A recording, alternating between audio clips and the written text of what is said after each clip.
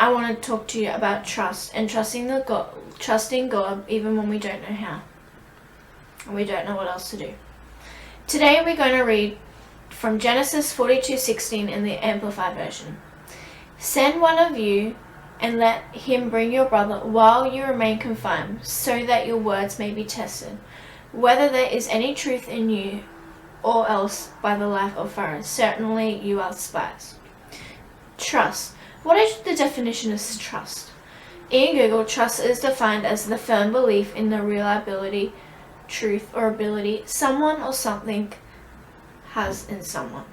Reliability meaning quality of trust you put into someone. Now, everyone defines trust differently. For me, trust is being able to be open with them and not feel like I'm being judged or hurt, or just feeling they understand me and why I am the way I am, and when I do things good and bad, that I can feel like I can go talk to them, just to feel like you're at home with that person, that you have that trust with that person. To feel free of actions and words. Trust is about being understanding.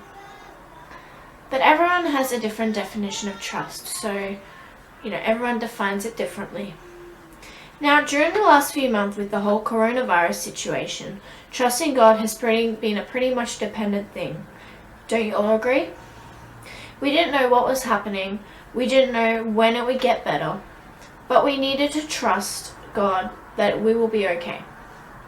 And we would make it out of it. It says in the Bible that there will be a time where we will be confined and that we will be under four walls. Imagine being confined as being stuck in a building with being able to not go out and not go see any of your friends or family. For some people that can be a real big deal and a real challenge. There will be a time when you will say enough is enough. And you will feel like you just can't take it anymore. It just all gets too much. Brothers and sisters, this is when we need to pray the most. To reach out to God the most. I'm sure everyone can agree that we did not go through the last 4 months alone. We always had a God to pray to, and we prayed every day, knowing that we could trust Him. Because if we didn't pray, we probably wouldn't have been able to get through it the last few months without a God. And definitely not alone, and definitely not without your family and friends. In Genesis 39-40, it talks in the Bible about Joseph, when Joseph was arrested for a crime he never committed. When he was in the palace in Israel when he was a slave with the king's wife. The king's wife was trying to sleep with him, but he kept saying, no, I can't. And he kept following God's word on point. And he kept saying, no, I can't. She didn't like this, so she would scream, help, help, help. And she didn't like that. And so she lied to her husband about what truly happened. And Joseph was sent to jail for a long time. And the thing about David, he never really had any hate. He was never really hating towards her.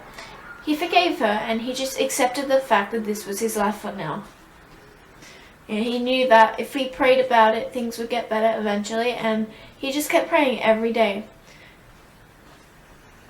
The thing about Joseph is when he was in jail, in public, he would always put God first. He would always pray first and put God first. And be faithful towards God.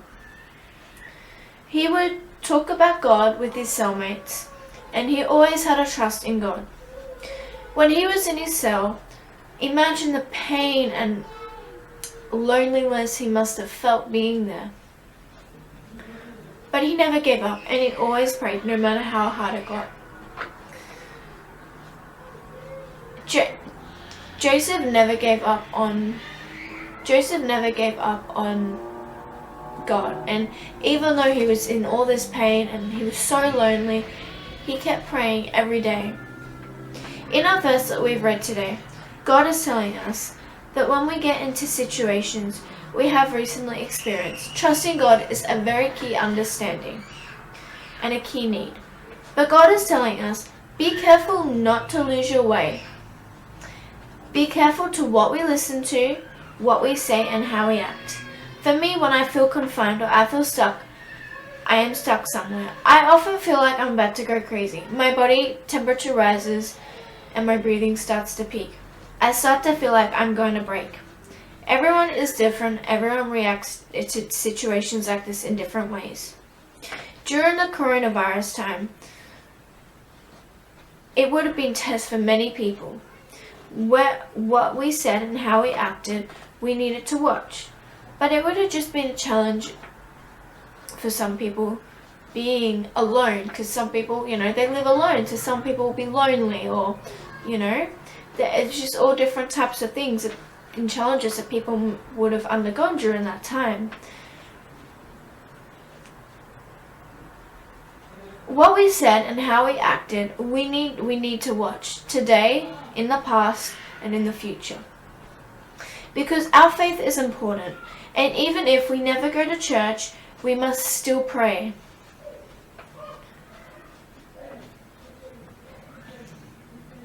And we must still spend time with God. Because in the past time was a big risk. Because in this past time, it was a huge risk for backsliding. No matter what you go through, individually and as a family, you must always trust God and you must always pray. I have actually learnt this for myself recently. When you focus on doing things for God and following His plan, you feel more at peace. All the other voices slowly go away. So brothers and sisters, I urge you, no matter what happens in the future, keep praying and keep going, because I guarantee one day your life will make sense and you will be at peace. Never lose trust in God and keep praying, because He can help you through what you might be going through now and you don't even notice. Or He can just give you a peace, He gives you just a peace of heart. Thank you for your time, and I hope you all have a good day.